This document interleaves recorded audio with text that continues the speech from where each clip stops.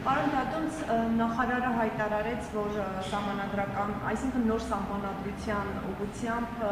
քայլերը հետևյալ տրամաբանությամբ են ընթանում, այսինքն գրվում է միանգամից սահմանադրության տեքստ եւ հայեցակարգ չի լինելու։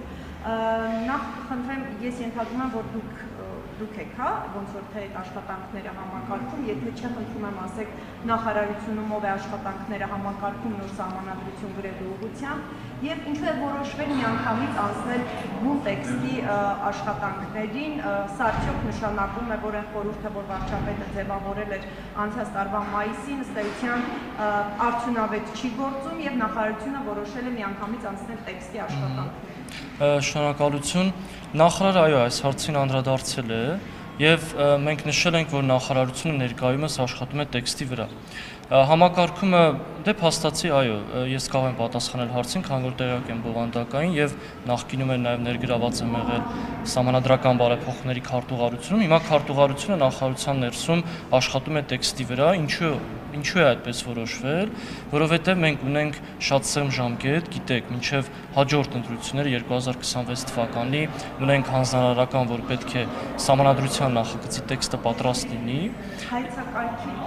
Սահմանադրության նախագծի տեքստը, որը վարչապետն է այդ հանձնարարականը տրվել, դրա մասին բոլորս գիտենք, իսկ ինչու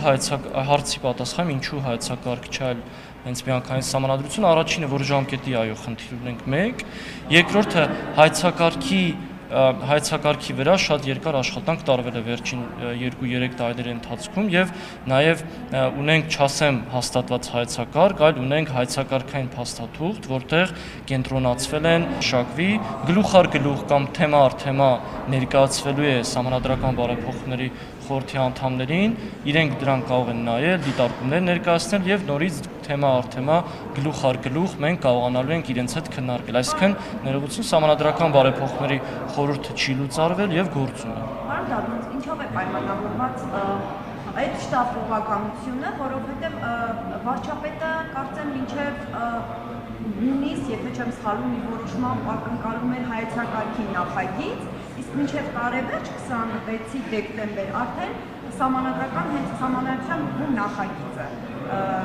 Ինչու եք դուք, այսինքն ուզում եք մինչև մարտ ամիս, նախարարը ասում է մինչև մարտ ամիս արդեն բուն տեքստ ունենալ։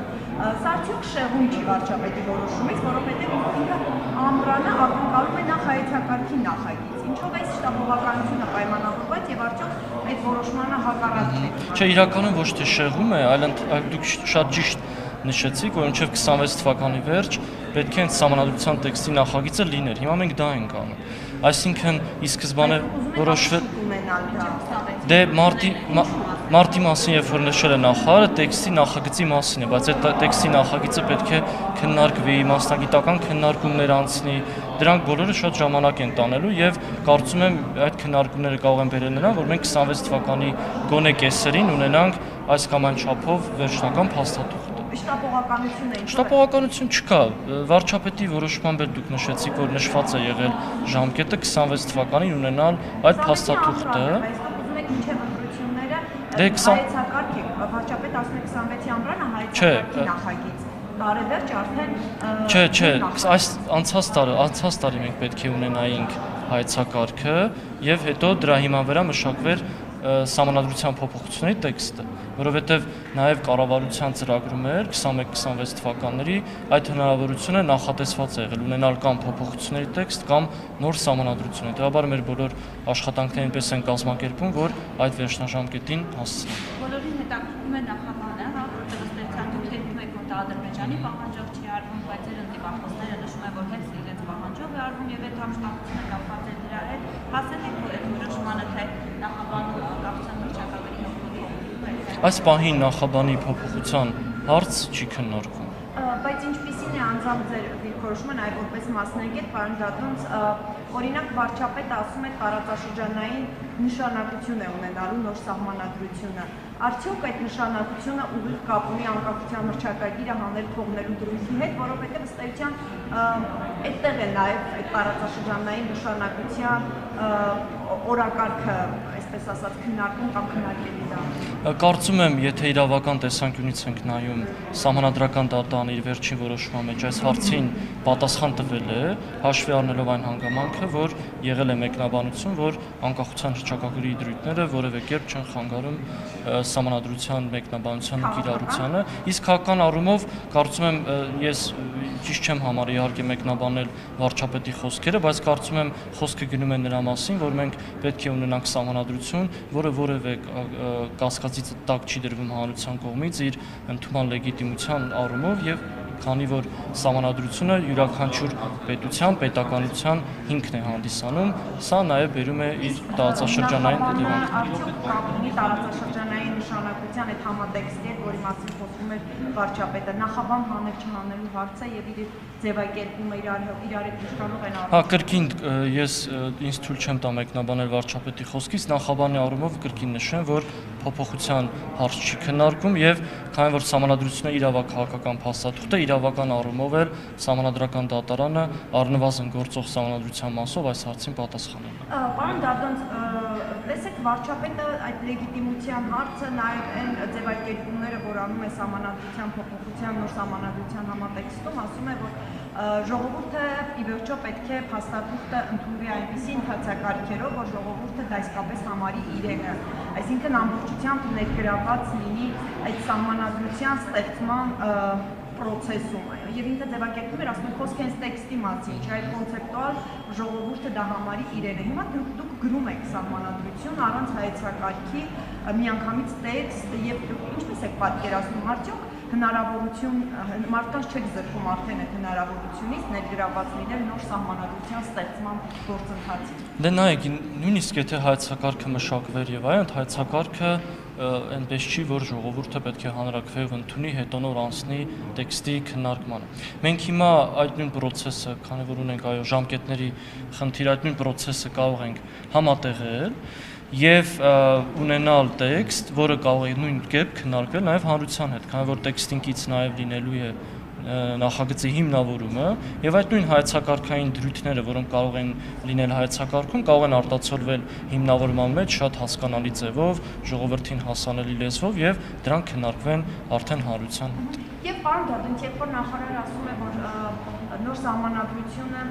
չպետք է խոչընդոտի խաղաղության պայմանագրին, այսինքն նոր Սահմանադրությունը չպետք է վտանգի, բառացի ասեմ, խաղաղության պայմանագիրը եւ խաղաղությանը միտված հարաբերությունները, այս բառացի եմ ասում, դա ինչ է նշանակում, օրինակ բացատրեք ինչ մենք հասկանանք։ Կրկին ես կդժվարանամ մեկնաբանել տիկին նախարարի խոսքը, բայց հավանաբար տիկին նախարարը նկատի է ունեցել այն հանգամանքը, որ քանի որ գրվելու է նոր Սահմանադրություն, բնականաբար այնտեղ չպետք է այնպիսի դրույթներ լինեն, որոնք կարող են արմատական ազդեցություն ունենալ Հայաստանի Հանրապետության որպես պետության, հա, գոյության առումով եւ նաեւ իրավաքաղաքական լուրջ ցնցումների չհանգեցնի։ Հիմա Ալիև ասում է, որ ձեր Սահմանադրությունը ունի այդ նախաբանին հղումը, անկախության հռչակագրին հղումը, նախաբանը եւ հենց սա խաղաղությանը խանգարում է։ Սա արդյոք, եթե նաեւ նախարարի այս ասածն ենք հաշվի առնում, սա արդյոք նշանակում է, որ սա խանգարում է փաստորեն։ Սա մենք կառավարությունը կհամարենք խաղաղությանը խանգարում։ Դե դուք դա Ադրբեջանի Հանրապետության մեկնաբանությունն եք ասում, իրենց պաշտոնատար անձանց, բայց եթե նախարարի խոսքին եք հղումանում, եթե չեմ սխալվում, նախարարը նույնպես նշել է այն մասին, որ գոնե մեր հարթությունում Սահմանադրական դատարանը այս հարցին արդեն պատասխանել է։ Այսինքն չի խանգարում, պարոն Դադոնց, գործող Սահմանադրությանը ձեր ասած հարաբերությունների խաղաղության գործընթացը։ Դա նշեցի, որ արդեն Սահմանադրական դատարանը այդ հարցին պատասխանել է։ Իմ անձնական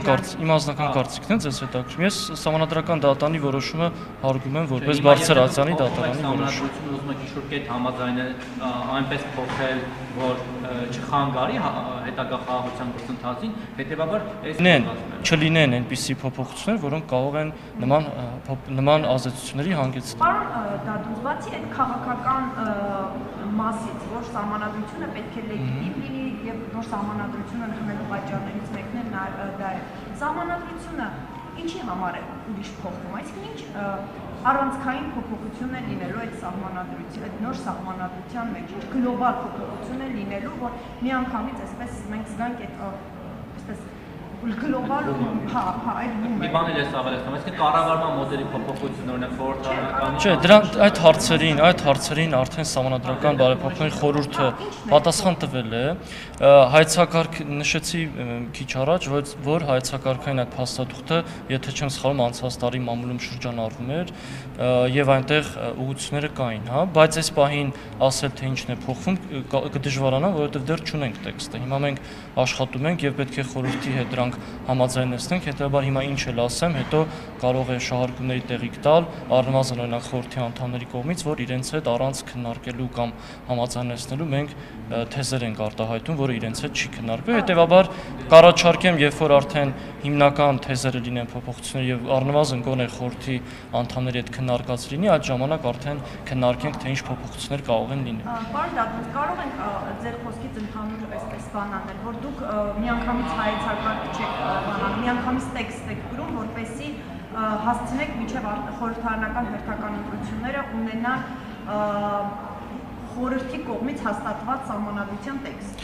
Խորհրդի կողմից գոնե առնվազն քննարկված Դե ֆորմալ առումով այո, խորհուրդը պետք է հաստատի վարչապետի որոշման, խորհրդի կողմից քննարկված եւ հնարավորինս համաձայնեցված տեքստ, որովհետեւ նաեւ այո հասցնենք վարչապետի հանձնարարած ժամկետում դա իրականացնել։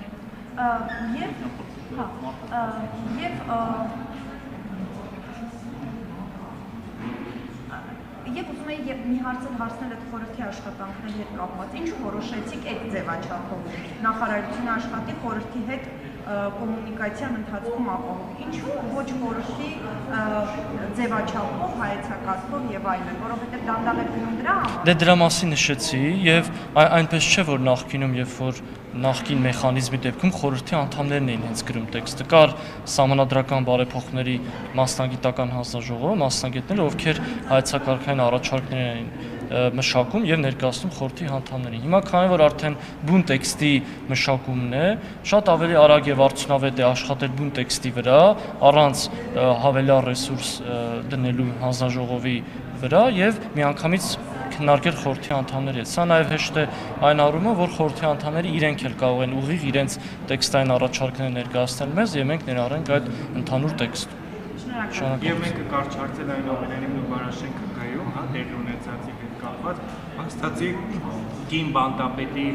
նշանակումներ ըստ էության անարդյունավետ եղավ, որովհետև այդ նույն բարքերը արտարքյանների վերաբերմեն դաշնացեցի ենթարկելը, հա, շարունակում է այդ վայր երևույթները մնալ գերակատարողական հիմնարկներում։ Օրինակ մենք եւս ահազանգ էինք ստացել Ցմադատապարտիաներից, ով մեզ պատմում է, որ 2-3 հոգով մտել են անձնական իրերը, դուք միջև մահացած ծնողների հիշողությունները ջարդել են, շրել են, այդ բեսպրիձելը ինչի հետևանք է։ Դե տեսեք, դուք նախ տալիս եք գնահատական քրեակատարողական ծառայության պետի վերաբերյալ, կարծում եմ ճիշտ չէ նման գնահատական տալը, քանի որ այն իրավիճակը, որ տեղի ունեցավ, հա, ես նշեցի, դա ուղղված էր քրեակատարողական հիմնարկում, անվտանգության եւ կարգուկանոնի ապահովմանը, դա նաեւ խոսում է նրա մասին, որ խոսում է նրա մասին, որ այդ մեխանիզմը աշխատում է։ Ինչ վերաբերում է ծեծին, ես ձեր գործընկերներին նշեցի, որ տեղի է ունեցել միջամտություն օրենքով սահմանված կարգով քրեակատարողական հիմնարկում ներքին կարգուկանոնի եւ անվտանգության ապահովմանը եւ թե արդյոք այդ միջամտությունը անցել է այդ իրավաչափության սահմանները թե ոչ, նշեցի, որ նաեւ ծառայողական քննություն է նշանակվել, այդ հարցերի պատասխանները կլինեն եւ ծառայողական քննության եւ նաեւ քրեական գործի շրջանակներում։